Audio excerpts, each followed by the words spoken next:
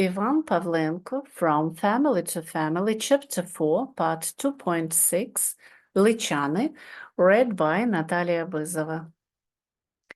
At school, my relationships with teachers and students were the best. We had no underachievers or repeaters, and excellent students showed a high level of knowledge at regional Olympiads. Achieving this in a small school was not so difficult, since the class size was on average 15 students. There would only be the desire of the teachers, which I encouraged and supported in every possible way. The experience was often mentioned and popularized at district meetings, conferences, seminars, and breakout sessions. Perhaps not everything was so good for us, but I will not sin against the truth when I say that in those days, the work of any enterprise, institution, educational institution, or individual leader was most often assessed by the reports that the authorities expected from them. But I knew how to write and knew how to depict every shoot like a luxurious tree. Life itself taught me this wisdom under conditions of party bureaucracy and careerism. I also led the party organization with confidence. In Lychany, as in the entire Olympic zone, the soils were fertile, and the collective farm received high yields of grain, sugar beets, and vegetables. The work of the party organization was also assessed based on the achieved production successes. In addition, I kept documentation in an exemplary manner, especially work plans, protocols, and reports. Inspecting instructors always set me as an example to other secretaries. I had good business contacts with the new chairman of the collective farm, Andriy Hurta. Neither he nor I gave any reason for anything more, rapprochement, friendship, or a feast. In addition, every morning he drove a collective farm car to work from Rovno, and in the evening he again covered the 30-kilometer distance home. He had no intention of moving his family from the original apartment to Lychany. There was a rumor that he had troubles in his service in Rovno. To avoid them, he became a volunteer among the communists who agreed to raise a collective farm village. Obviously, he expected to sit out his critical hour in the village. And so it happened. 6 months later, our collective farm was merged with the Lakers, and Hurta returned to Rivne. In the fall, after all field work was completed, a reporting and election party meeting began in the primary organizations of the district. The procedure for carrying meetings out was familiar to me for a long time. I prepared a detailed 40-minute report as well as a draft decision and ballot paper. The day before the meeting, an instructor, Soroka, from the district committee arrived. This surprised and alarmed me. From my own experience, I knew that instructors arrived in advance at their sponsored organizations, mainly when some important person was expected. Soroka reread my report, noted its deep and comprehensive meaning, and finally said that the first secretary of the district committee, Kravchuk, would be present at the meeting. That was it. Why did he want to stay with us? Since there were larger and richer collective farms. Looking ahead, I will say with confidence that that was a kind of bright show before my matchmaking for the position of head of the propaganda and agitation department of the district party committee. Soroka, having given certain instructions and advice, left, and I immediately rushed to Hurta and advised him to be well prepared for his speech at the meeting and for a critical analysis of the state of affairs on the collective farm. I also agreed with individual communists how they should speak at the meeting and what they should talk about. I did this last thing in order to, according to the tradition established in the party, show its leadership and guiding role and the results that the workers of our collective farm achieved under the leadership of the party organization that I headed. The next day, about 2 hours from the start of the meeting, the district committee authorities arrived. Soroka and I immediately began preparing the meeting, and Kravchuk and Hurta went to inspect the livestock farms. The meeting started on time with 100% communist turnout. They chose a presidium and invited Kravchuk to it, and then the floor was given to me to report on the work of the party organization during the reporting period. I will say something about it, since it to some extent reflected those of my party qualities that Kravchuk may have hoped to see in me. I prepared my report based on samples that were well learned in the Poltava region in the process of attending party meetings, plenums, conferences, as a representative of the editorial board, as well as from my own party komsomol experience. After some time, I was called to the district committee. I guess that this was another matchmaking for some new position. The fact is that in the Western regions, there was a personnel shortage. There were not enough people for leadership positions. No one voluntarily rushed here to the Bandera region. They came only for party mobilization, and there were no local communists with high education. Also, they were not trusted. Stalin accused the Communist Party of Western Ukraine of having connections with the Polish defensive forces and nationalists, and by the decision of the Comintern in 1939, it was dissolved. Its leaders had been subjected to severe persecution during the time of Polish rule. After the reunification of Western Ukrainian lands with the Soviet Ukraine, they were released from prison, but they were not allowed to work in the new party bodies. Thus, the former secretary of the Volyn Regional Committee of the KPWU, P. Bardas, worked in the Security Council, and the secretary of the Olyka District Committee, A.S. Zhevtyansky, worked as caretaker at the hospital. First Secretary Kravchuk received me at the District Party Committee.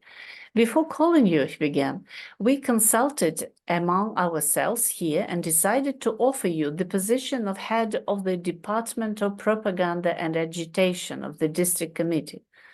Trushevsky left us in the regional committee. He advised you to take his place.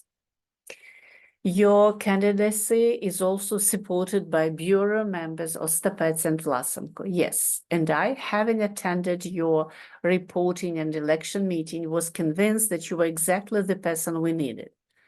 I was ready for such a conversation and thought over all possible options in advance. Firstly, I well understood the Leninist-Stalinist policy of the CPSU on the selection and placement of personnel, and was convinced from my own experience that I was not suitable for working in party bodies, since I had been behind the Iron Curtain and could have been infected there with the bacilli of a different worldview.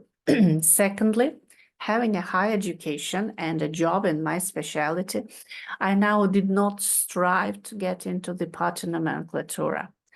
Thirdly, materially, it didn't add anything to me, except maybe an apartment in Suman. Therefore, I felt relaxed, had no intention of hiding anything, and immediately laid all my cards on the table. I'll tell you honestly and frankly, I said in response, the work is familiar. I have the necessary knowledge and experience for it. After all, I worked as an instructor in the propaganda and agitation department of the district committee, even when I had a secondary education. My ideological and political background was significantly enriched by work in the Komsomol, in the cultural department of the district executive committee, and in the editorial office of the district newspaper. And my tenure as secretary of the party organization in 3 collective farms gave me practical experience at the grassroots level. However, the regional party committee will not approve me for this post.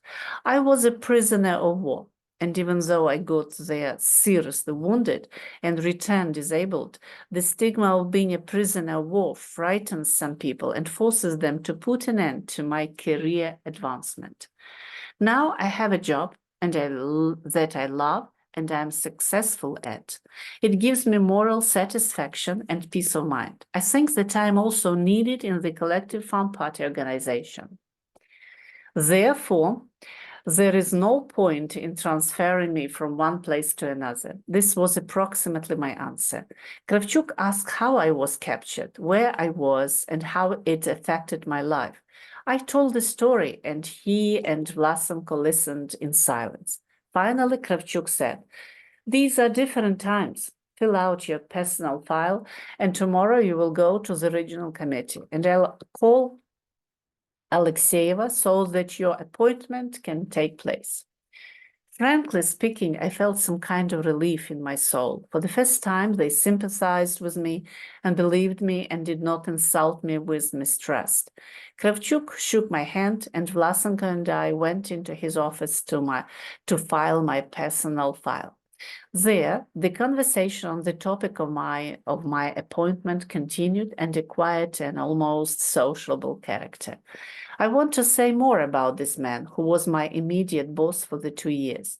Vlasenko was a little younger than me. He taught and was a principal in the Chernihiv region. He came to Volyn through party mobilization and immediately headed the district department of public education.